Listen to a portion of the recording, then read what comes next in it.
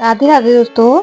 एक बार एक संत जी किसी गांव के निकट आश्रम पर भागवत जी की साप्ताहिक कथा कर रहे थे।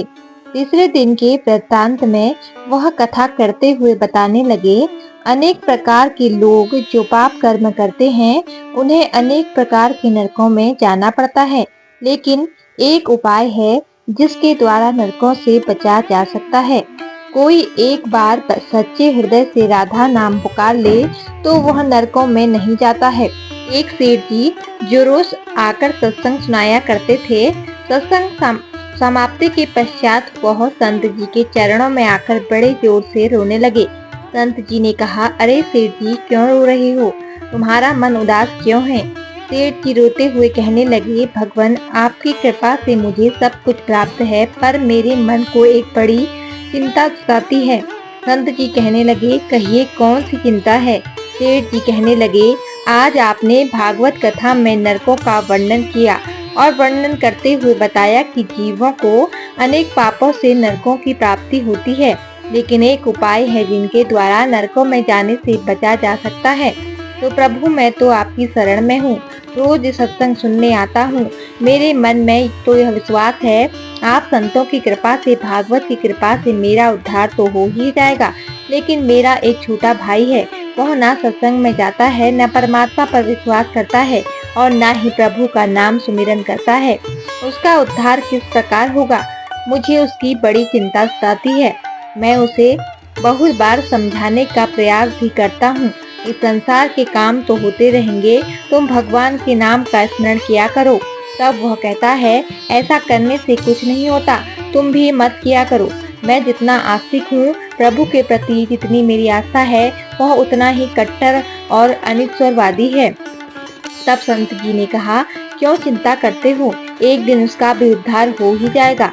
सेठ जी रोते हुए कहने लगे, हे भगवान उसका उद्धार कब होगा? आप जैसे महापुरुषों हमारे गांव में आए हैं, मुझे तो आप पर ही यकीन है, आप ही उसका उद्धार करेंगे। अब आप कैसे भी कृपा कर मेरे घर आइए और एक बार तो उसके मुख से सुजाता नाम का उच्चारण कराइए। तब सेठ जी विनय सुन संत जी से कहने लगे, कल सत्संग समाप्ति के पश्चात मैं आपके घर आऊंगा और उसे परमात्मा का सुमिरन अवश्य करवाऊंगा। दूसरा दिन हुआ, सेठ जी अपने घर गए, संत जी के आने का इंतजार करने लगे। आश्रम पर कथा की समाप्ति हुई। उन्होंने अपने भाई को बुलाकर कहा, संत जी आज हमारे घर पधारे हैं, उनका दर्शन कर लो। वह अंदर से बैठे बैठे कहने लगा, मुझे ना किसी संत से मिलना है और ना ही भगवान से मिलने की इच्छा है।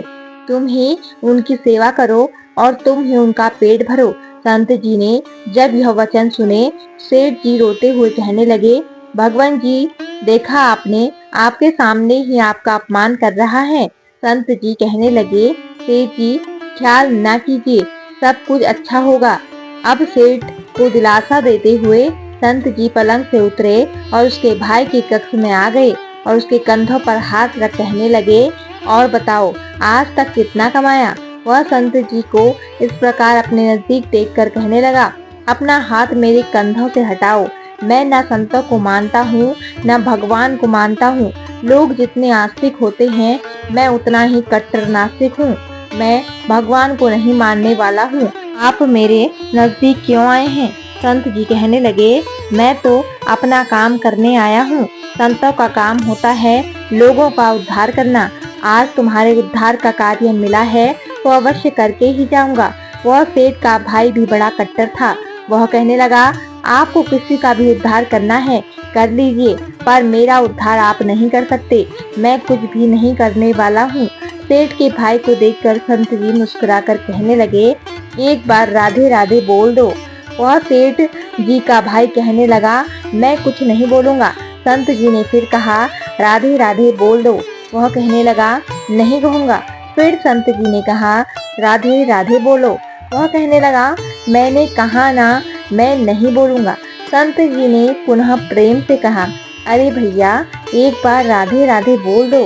वह कहने लगा, मैंने आपसे मना किया ना, मैं नहीं कहता हूँ, ना भगवान को मानता हूँ ना भगवान की बातें मानता हूँ। मैं कट्टर नास्तिक हूँ। संत जी पुनः उसे प्रेम से हंसते हुए कहने लगे, जितने तुम कट्टर नास्तिक हो, मैं उतना ही आस्तिक हूँ। मैंने अगर निश्चय कर लिया है, तुम्हारे मुख से राधा नाम सुनकर ही जाऊंगा, और पक्का समझ लेना कि तुम्हारे मुख से राधा का नाम निकलेगा ही। वह कहने लगा, आप कितना भी प्रयास कर लो, मैं एक बार भी नाम नहीं लेने वाला हूँ। बहुत कहने पर बिना इच्छा के एक बार वह राधा राधा बोल दिया। जैसे ही उसने राधे राधे कहा, संत जी बाहर आए और कहा, सेठ जी, आपका कल्याण हो गया, आपके भाई का भी कल्याण हो गया। आज आपके भाई ने राधे राधे का नाम उच्चारण कर लिया, उसका कल्याण हो गया। अब मैं जा रहा हूँ, कल से पुनः मेरी कथा है। अब संत जी जो अपने स्थान पर लौट आए। समय व्यतीत होता गया। मुश्किल से 5-6 महीने गुजरे होंगे। अचानक एक दिन छोटे भाई का देहांत हो गया। शरीर समाप्ति के पश्चात आत्मा शरीर से अलग हो जाती है। वह आत्मा ही ऊपर यमराज के पास जाकर सारे हिसाब किताब देती है। अब इस व्यक्ति का हिसाब किताब खोला गया। यमराज ने चित्रगुप्त से कहा, जो आज इंसान हमारे पास लाया गया है, इसका हिसाब क्या है? चित्रगुप्त कर्मों का हिसाब देखकर बताने लगा, हे भगवान, इसने अपने जीवन में कभी परमात्मा का नाम सुमिरन नहीं किया है, सदा पाप ही पाप किए हैं, इसे तो सीधे नरक भेज दिया जाए। अब यमराज के आदेश के अनुसार जैसे ही उसे नरक भेजा जा रहा था, तभी चित्रगुप्त ने कहा, भगवान, एक बात और है। यमराज जी ने कहा, कौन सी बात? चित्रगुप्त ने कहा, भगवान, एक बार संतों के कहने पर इसने राधा नाम का उच्चारण किया था।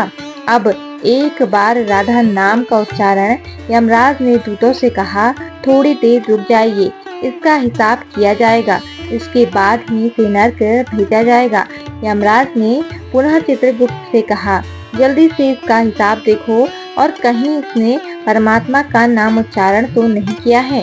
चित्रगुप्त ने फिर से पुनः सारा हिसाब देखा और देखकर कहने लगे, भगवान, इसने एक बार जो नाम उच्चारण किया है वह संतों के भय से किया था, दिल से नहीं किया था, पर एक बार राधा नाम का उच्चारण किया है। अब यमराज जी विचार करने लगे कि अब एक बार राधा नाम का उच्चारण और सारा जीवन पाप में, अब क्या किया जाए?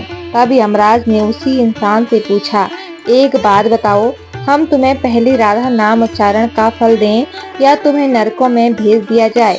तब वह भक्त हाथ जोड़कर कहने लगा, भगवान, नरक में तो जाना ही है, इससे अच्छा है आप मुझे एक बार राधा नाम उच्चारण का फल दे दो, फिर मुझे जहाँ चाहे भेज देना। अभी यमराज जी अपनी पुस्तक खोल कर देखने लगे कि एक बार राधा नाम उच्चारण का फल क्या है। उन्होंने सारी पुस्तकें खोल दी, पर उन्हें कहीं फल दिखाई नहीं दिया। तब वह विचार करने लगे, एक बार राधा नाम उच्चारण का फल तो मुझे पता ही नहीं है।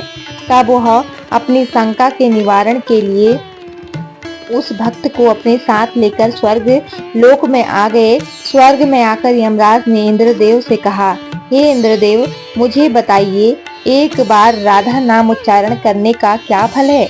तब इंद्रदेव ने बहुत प्रयास किया, पर उन्हें भी इसका फल पता नहीं चला। तब वह सब देवता मिलकर ब्रह्मदेव के पास आए। ब्रह्मदेव ने जब उनको सबको देखा, तब ब्रह्मदेव उनसे पूछने लगे, यह आपके साथ इंसान कौन है? तब इंद्रदेव कहने लगे, भगवान, इसने एक बार राधा नाम का उच्चारण किया है, बाकी सारा जीवन इसने पाप किया है। हमें तो पता नहीं राधा नाम उच्चारण का फल क्या है, इसलिए हम आपके पास आए हैं। तब ब्रह्मा जी ने भी बड़ा प्रयास किया, राधा नाम उच्चारण का फल क्या है, अब उन्हें भी पता नहीं चला। तब वह ब्रह्मदेव से कहने लगे, हम सब मिलकर इसे अपने साथ लेकर भगवान शंकर जी के पास चलते हैं। तब वह भगवान शंकर जी के पास पहुँचे। भगवान शंकर जी से प्रार्थना कर कहने लगे, हे महादेव, इस इंसान ने सारा जीवन पाप किया है, बस एक बार संतों के कहने पर राधा नाम का उच्चारण किया है। अब आप बताइए, एक बार राधा नाम उच्चारण का क्या फल मिलता है? तब महादेव जी ने बड़ा प्रयास किया, पर वह भी राधा नाम की महिमा को बता नहीं सके। तब शंकर जी कहने लगे, अब हमें भगवान श्री कृष्ण के पास चलना पड़ेगा, क्योंकि वही राधा तत्व को जानते हैं। ऐसा सोचकर सब देवी देवता भगवान शंकर के साथ मिलकर उस इंसान की आत्मा को लेकर भगवान श्री कृष्ण के गोलोक धाम पहुँचे। गोलोक धाम में भगवान श्री कृष्ण राधा जी के साथ अपने आसन पर विराजमान थे। भगवान श्री कृष्ण ने सब देवी देवताओं का सम्मान किया और उनसे पूछा, आज अचानक से आने का क्या कारण है। तब भगवान शंकर हाथ जोड़कर कहने लगे, हे भगवान, यह इंसान इसे धरती से लाया गया है। इसने अपने जीवन में अनेक पाप किए हैं, पर एक बार राधा नाम का उच्चारण किया था। यमराज जी पता न कर सके कि एक बार राधा नाम उच्चारण का फल क्या है। तब वह उसकी जानकारी लेने के लिए इसके साथ इंद्र जी के पास स्वर्ग में आए थे। फिर स्वर्ग से होते हुए ब्रह्मलोक आए। फिर ब्रह्मलोक से होते हुए यह मेरे पास पहुँचे। अब मैं इन सबको अपने साथ ले आपके पास आया हूँ। अब आप बताइए, एक बार राधा नाम उच्चारण का क्या फल हो सकता है। जब इस प्रकार बातें चल रही थी, तब श्री कृष्ण के पास बैठी राधा रानी बड़े जोर से हंसने लगी। तब श्री कृष्ण ने कहा, हे राधिका, क्यों हंसती हो। तब राधिका कहने लगी, हे भगवान, यह अभी तक राधा नाम का महत्व समझ नहीं सके। तब भगवान शंकर जी कहने लगे, हे महारानी राधिका, के नाम का क्या असर है, आप हमें बताइए। तब राधिका जी कहने लगी, हे महादेव, आप खुद सोचिए, इस व्यक्ति ने एक बार राधा का नाम जाप किया है। वह एक बार राधिका के नाम जपने से स्वर्ग लोक की सैर करके आया, ब्रह्मदेव का ब्रह्मलोक में दर्शन करके आया, आपके महादेव लोक में आपका दर्शन इसने किया है। आज एक बार उच्चारण के प्रभाव से यह आप सबको साथ लेकर हमारे गौलोक धाम में आया है, मेरे दर्शन और श्री कृष्ण का पूजन कर रहा है। इससे अधिक राधा नाम का और फल क्या हो सकता है। जब राधिका जी ने इस प्रकार एक बार राधा नाम का पूरा महत्व बताया, तो यमराज कहने लगे, यह तो बड़ा अनंत फल है। जो व्यक्ति नरकों में जाने वाला था, वह एक बार उच्चारण से सब लोगों की यात्रा कर भगवान श्री कृष्ण और राधा रानी के चरणों में उपस्थित हो गया है। इससे अधिक फल और क्या हो सकता है। तभी फिर से यमराज कहने लगे, भगवान, क्या अब इसे नरकों में जाने की आवश्यकता नहीं है। तब श्री कृष्ण जी कहने लगे, हे धर्मराज, जिसने एक बार राधा रानी के चरणों का दर्शन कर लिया हो, वह तो कभी नरक में जा ही नहीं सकता है। तब वह भक्त जो वहां पर राधा रानी के दर्शन कर रहा था, वह कहने लगा, हे महारानी, मैंने तो संतों के भय में आकर आपका राधा नाम उच्चारण किया था, पर जो सच्चे हृदय से आपके नाम का उच्चारण करते हैं, उन्हें तो जीवन में कोई भय होगा ही नहीं। वह तो नरकों की यात्रा में कभी निकलेंगे ही नहीं। वह तो सीधा आपके चरणों में ही समा जाएंगे।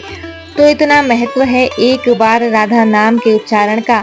तो सच्चे हृदय से जो एक बार इस प्रकार कह दे, राधे राधे श्याम मिला दे, तो राधा नाम का उच्चारण करते ही परमात्मा का साक्षात दर्शन हो जाता है। तो दोस्तों, आपको यह कथा कैसी लगी, कमेंट करके जरूर बताएं और हमारे चैनल को सब्सक्राइब जरूर करें। धन्यवाद। राधे राधे। जय माता दी।